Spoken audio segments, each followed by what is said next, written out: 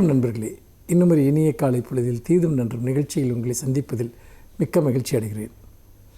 சமீபத்தில் நாம் மீண்டும் ஒரு பெரும் வெள்ளப்பெருக்கை சந்தித்திருக்கிறோம். இன்னும் சொல்லப்போனால் ஒவ்வொரு ஆண்டும் நாம் சந்தித்து வரக்கூடிய இயற்கை பேரிடர்கள், அந்த பேர்களினுடைய இன்னொரு சாப்டர், இன்னொரு அத்தியாயம் கடந்த 2 நாட்களுக்கு முன்பு எழுதப்பட்டது என்பதை பார்த்தோம். சென்னைக்கு ஒரு மிகப்பெரிய தாக்கத்தை ஏற்படுத்தும் என்று எதிர்பார்த்த புயல் சற்றே அது சென்னையை பொறுத்த வரைக்கும் வேகம் தணிந்து மிகவும் எதிர்பாராத வகையில் வேறு பல மாவட்டங்களை, திருவண்ணாமலை, விழுப்புரம் போன்ற பல மாவட்டங்களை அது ஆட்கொண்டு ஒரு பெரும் மழைப்பொழிவையும் பல்வேறு விதமான சேதங்களையும், முக்கியமாக விளைநிலங்களுக்கு கடும் பாதிப்புகளையும் ஏற்படுத்தி சென்றிருக்கிறது. இந்த சூழ்நிலையில்தான் நாம் இந்த புயல்களினுடைய தன்மையை பற்றி நாம் சிந்திக்க வேண்டியிருக்கிறது. அதாவது ஒரு வானிலை ஆராய்ச்சி என்பது நமக்கு ஓரளவுக்கு வழிகாட்டக்கூடிய ஒன்றாக இதுவரை இருந்திருக்கிறது. இதற்கு முன்பு வானிலை, முக்கியமாக புயலினுடைய தன்மை, அது எங்கே கரையை கிடக்கும் என்பதெல்லாம் ஓரளவிற்கு சொல்வார்கள். அந்த புயலினுடைய போக்கு, அதற்கேற்ப முன்னெச்சரிக்கை ஏற்பாடுகள், மக்களை வெளியேற்றுவது போன்ற விஷயங்கள் எல்லாம் நமக்கு சாத்தியமாகக்கூடிய ஒன்றாக இருந்தது. இப்போது அந்த நிலை அடியோடு மாறி இருக்கிறது. எங்கு புயல் வரும் என்று நினைக்கிறோமோ அங்கு புயல் வருவதில்லை. எங்கு மழை பெருமளவு பெய்யும் என்று சொல்லப்படுகிறதோ அங்கு அதைவிட கடுமையான மழை பெய்கிறது, அல்லது அந்தளவுக்கு மழை இல்லாமலும் போகிறது. அதாவது சொல்லப்பட்ட எதுவும் நடக்காது, அதற்கு மாறாக மேலாகவோ கீழாகவோ நடக்கும். அப்படி இருக்கிற போது மக்களினுடைய ஆயத்த நிலை என்பது பொருளற்றதாக மாறிக்கொண்டிருக்கிறது. அரசாங்கங்கள் ஒரு இடத்தில் பெரும் ஏற்பாடுகளை செய்து காத்திருந்தால் இன்னொரு இடத்தில் பெரும் தாக்கங்கள் நிகழ்கின்றன. இந்த மாறுபட்ட சூழல் என்பது மனித குலத்தை அச்சுறுத்தக்கூடிய ஒன்றாக இருக்கிறது. சில சமயம் சொல்கிறார்கள், ஒரு நாளில் பெய்யக்கூடிய, ஒரு வருடத்தில் பெய்யக்கூடிய மழை ஒரே நாளில் பெய்து விடுகிறது என்று. நீங்கள் மழை படிப்படியாக பெய்கிற போது மழைநீர் வடிவதற்கான அவகாசம் கிடைக்கும். ஆனால் ஒட்டுமொத்த மழையும் ஒரே நாளில் கொட்டி தீர்க்கிற போது நாம் செய்த ஏற்பாடுகள் எல்லாமே கூட ஒரு விதத்தில் உடனடி பயன் தராமல் போகக்கூடிய ஒரு நிலையை பார்க்கிறோம். அதுதான் தமிழ்நாட்டின் பல மாவட்டங்களிலும் நடந்து கொண்டிருக்கக்கூடிய விஷயம். நாம் இந்த நிகழ்ச்சியில் உங்களிடம் பேசிக்கொண்டிருக்கிற சமயத்தில் கூட புயல் இன்னும் அது குறைந்த காற்றழுத்த தாழ்வு மண்டலமாக சுற்றி கொண்டு தான் இருக்கிறது. பல இடங்களுக்கு அது தொடர்ந்து இன்னும் மழைப்பொழிவை ஏற்படுத்தப் போகிறது என்று சொல்கிறார்கள். அப்படி என்றால் கணிக்கவே முடியாத புயல்கள், கணிக்கவே முடியாத மழை, அவற்றினுடைய செயல்பாடுகளை பற்றிய ஒரு எந்த தீர்மானத்திற்கும் வர முடியாத போது இதுவரைக்குமான நம்முடைய வானிலை ஆய்வு முறைகள் அனைத்தையும் மாற்றி அமைக்க வேண்டியிருக்கிறது. முக்கியமாக நாம் இப்பொழுது பயன்படுத்தக்கூடிய வானிலை ஆராய்ச்சி அல்லது வானிலை கண்காணிப்பு என்பது நமக்கு மேலும் பொருத்தமற்றதாகி கொண்டிருக்கிறது. இந்த விஷயத்தில் ஒன்றிய அரசு உடனடியான சில நவீனப்படுத்தும் முயற்சிகளை மேற்கொள்ள வேண்டும். ஏனென்றால் என்ன நடக்கப் போகிறது என்று எதுவுமே நமக்கு தெரியாத போது நாம் தவறான நேரத்தில் ஆயத்தமாக இருப்போம். ஆயத்தமாக இருக்கக்கூடிய நேரத்தில் அலட்சியமாக இருந்து விடுவோம். ஒரு புயல் எத்தனை நாளில் வரும், என்ன வேகத்தில் வரும், எவ்வளோ மழையை கொண்டு வரும், எதுவுமே நமக்கு தெரியாது. எந்த இடத்தில் வரும் என்ற நிலையை நாம் எட்டுவது என்பது மிக மிக அபாயகரமான ஒன்று. நம்முடைய வானிலை ஆய்வு சம்பந்தமான ஒட்டுமொத்த அறிவியலையும் நாம் மறுபரிசீலனை செய்ய வேண்டிய ஒரு கட்டத்திற்கு வந்திருக்கிறோம். முற்றிலுமாக அதை இன்னும் நவீனப்படுத்த வேண்டிய ஒரு இடத்திற்கு வந்திருக்கிறோம் என்பதுதான் யதார்த்தம். மீண்டும் இன்னும் ஒரு புதிய சிந்தனையோடு உங்களை சந்திக்கிறேன். நன்றி, வணக்கம்.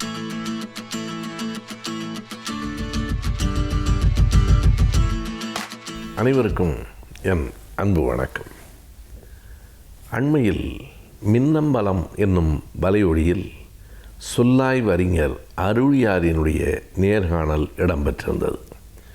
இன்றைக்கு இருக்கிற ஒரு சொல்லாய்வு அறிஞர்களில் அருளியார் தலை சிறந்தவர் என்பது எல்லோருக்கும் தெரியும். பாவலர் பெருஞ்சித்திரனார் அவர்களினுடைய மருமகன், இப்போதும் தென்மொழியினுடைய முகப்பு கவிதையை எழுதி கொண்டிருக்கிறவர், பல்வேறு விதமான ஆய்வுகளை மேற்கொண்டவர். 40 ஆண்டுகளுக்கு முன்னால் அவர் ஓர் ஆய்வை மேற்கொண்டு அயர் சொற் அகராதி என்று ஒரு புத்தகத்தை வெளியிட்டிருக்கிறார்.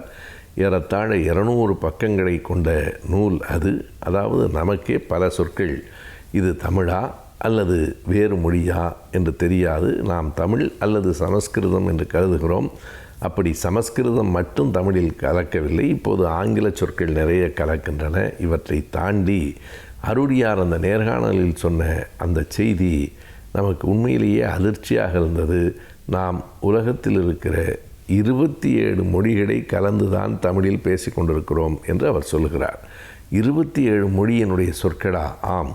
வெறும் ஆங்கிலம், சமஸ்கிருதம், பிரெஞ்சு மட்டும் இல்லை, போர்த்துகீசிய சொற்கள் நம்மிடத்தில் இருக்கின்றன. எப்படி போர்த்துகீசிய சொல்லெல்லாம் நமக்கு வந்தது?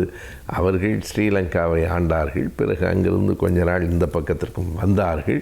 எனவே அவர்கள் விட்டு விட்டு போன சொற்கள் எல்லாம் இன்னமும் மிச்சம் இருக்கின்றன. சாவி என்பது போர்த்துகீசிய சொல்தான், நமக்கு தெரியாது. மிக இயல்பாக அன்றாடம் நாம் பயன்படுத்துகிறோம் சாவி என்பது. அப்படியானால் சாவியை தமிழில் என்ன சொல்வது?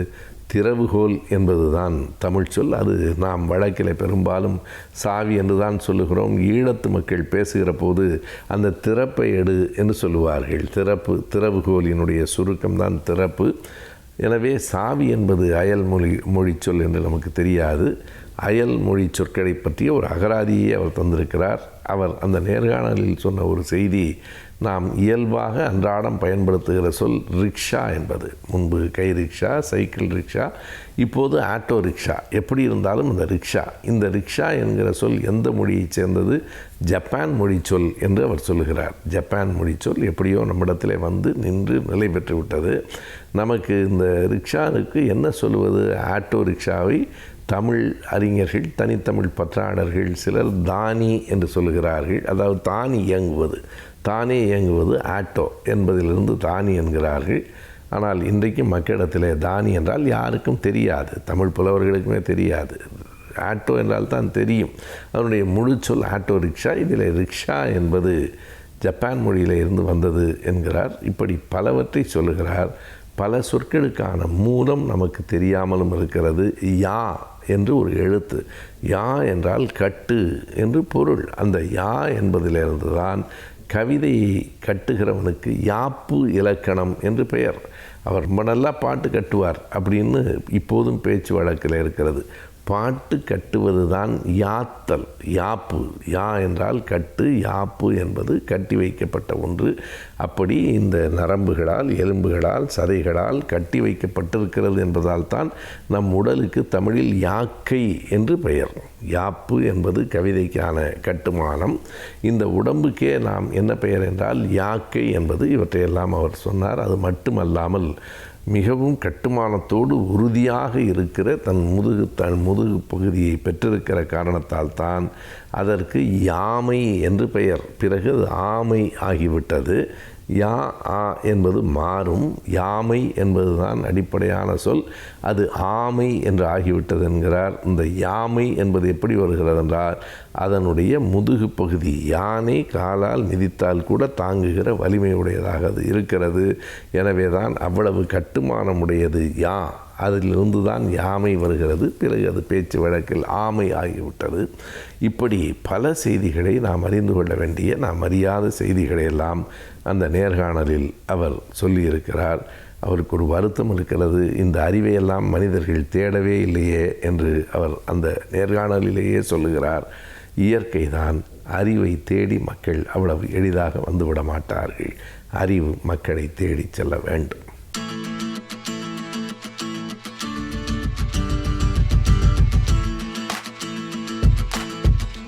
இன்றைய காலகட்டத்திலே எல்லோருக்கும் உள்ள மன அழுத்தத்தையும் மனச்சோர்வையும் போக்குவது எப்படி? இந்த மன அழுத்தம், மனச்சோர்வு ஏற்படுவதற்கு பல்வேறு காரியங்களை நாம் ஆராய்ந்து பார்க்கின்றோம். இதிலே நான் சொல்வது போல நமக்குள்ள உள்ள ஒரு பயமும், நமக்குள்ள உள்ள பதட்டம், நம் தோல்வியை உற்று வருமோ அப்படின்ற ஒரு பயம், ஒரு வாழ்க்கையை பற்றிய ஒரு பயம், எதிர்காலத்தை பற்றிய ஒரு பயம், இப்படி ஒரு பல்வேறு விதமான சிந்தனைகள் நம்மளுக்கு இந்த மன அழுத்தத்திற்கு காரணமாக அமைகின்றன. இதில் சின்ன சின்ன காரணங்கள் ஒவ்வொரு குடும்பத்திலும் ஒவ்வொரு மாணவர்களுக்கும் இதுதான் அப்படின்னு நம்ம பர்டிகுலராக சொல்ல முடியாத அளவிற்கு பல்வேறு காரியங்கள் இருக்கின்றன. இதில் பொதுவாக அப்படின்னு நம்ம பார்க்கும்போது, நாம் தனியாக இருக்கின்றோமோ அப்படின்ற ஒரு ஃபீலிங்.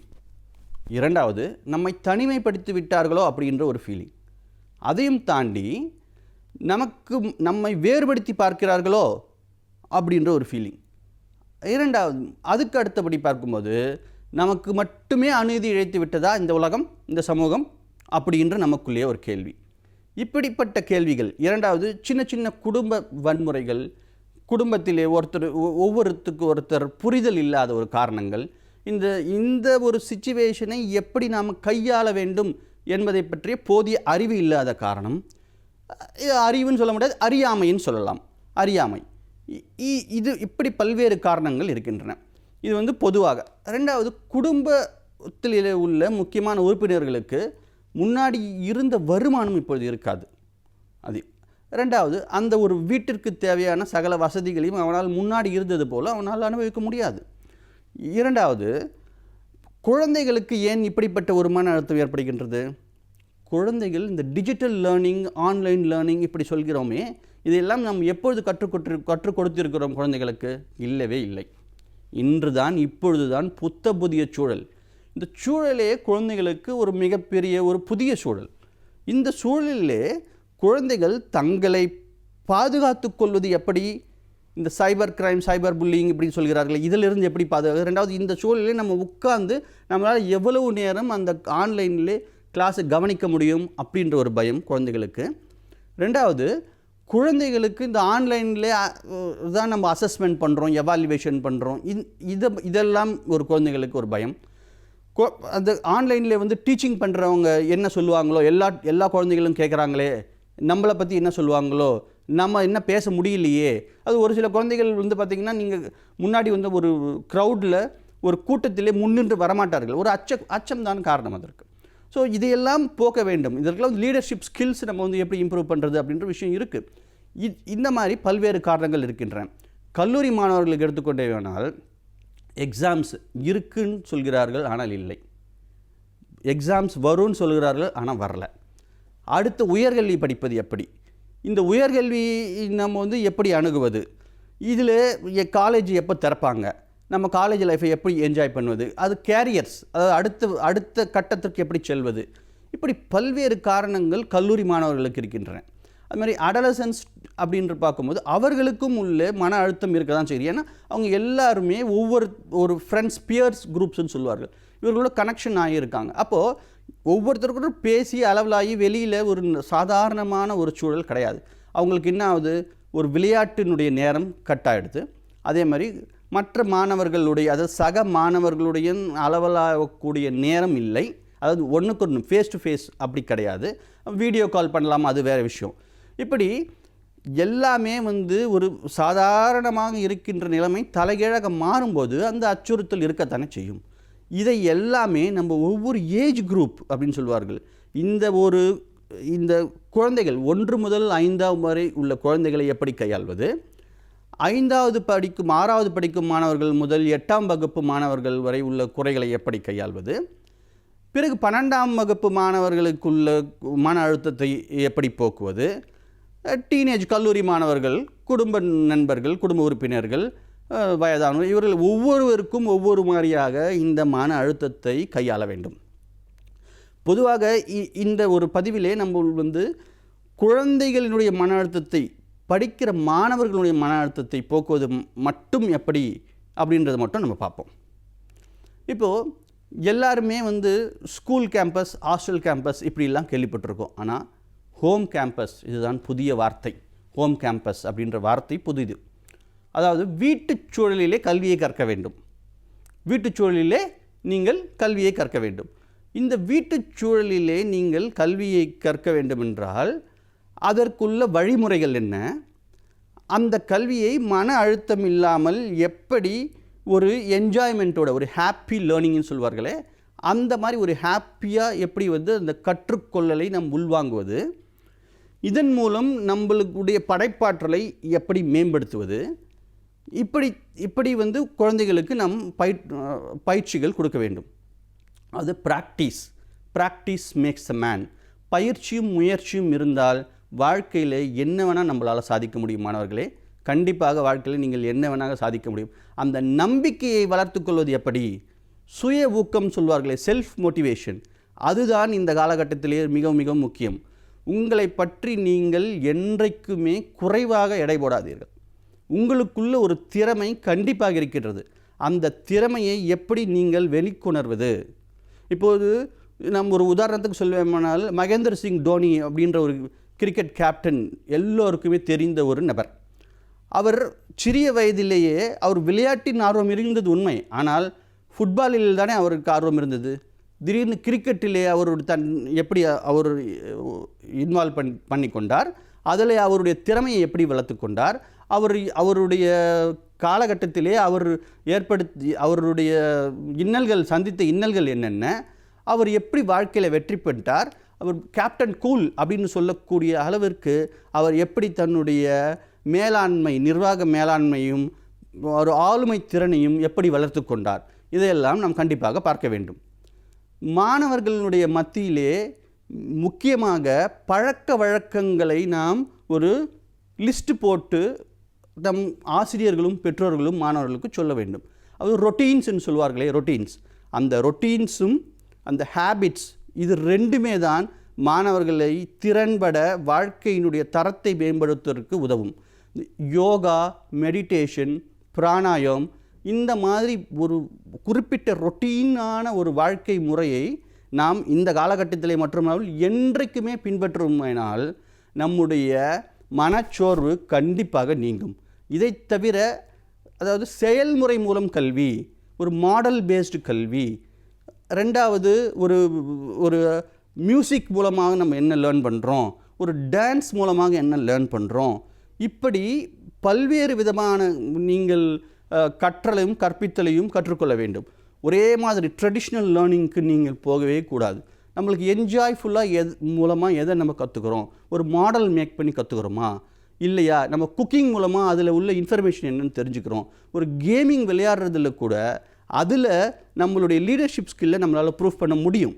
இப்படி பல்வேறு விதமான வழிமுறைகளை நமது முன்னோர்கள் வகுத்து உள்ளார்கள். அதாவது இந்த மாதிரி சிச்சுவேஷன்ஸ்க்கு மட்டும் இல்லாமல் என்றைக்குமே இது நம்மளுக்கு மிகவும் பயனுள்ளதாக அமையும். நன்றி, வணக்கம்.